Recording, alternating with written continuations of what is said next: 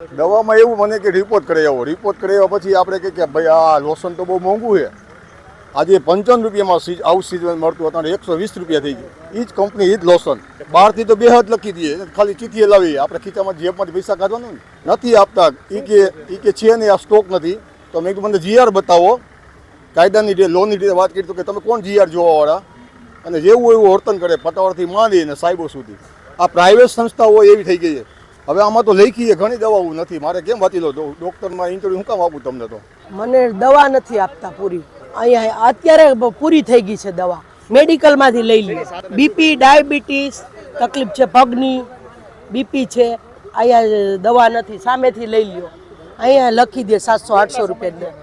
વરસ દિવસ થયો મને, વરસ દિવસથી લઉં છું. ચીઠ્ઠી મારી પાસે પડી છે, પ્રાઇવેટની લખી દે, એક દવા દે, એક બાકી રાખે. 2 દવા એક જ ટીકડી છે, એક લઈ લ્યો. સ્ટાફ તો તગડી મૂકે જ ત્યાંથી, બીજે જાઓ. અહીં મેડિકલમાંથી લઈ આવો, પ્રાઇવેટમાંથી લઈ લ્યો.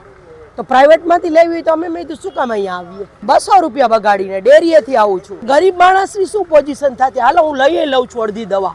બીજાની તકલીફ તો જોવો, બીજાની તો તકલીફ જોવો, કેટલા તકલીફવાળા છે. જો સામે એક ભાઈ છે, એ એટલો તકલીફમાં છે, એના માટે હું ઝઘડો કરીને આવી. મેં એને તો ધ્યાન દો, મને ના દો તો કાંઈ નહીં.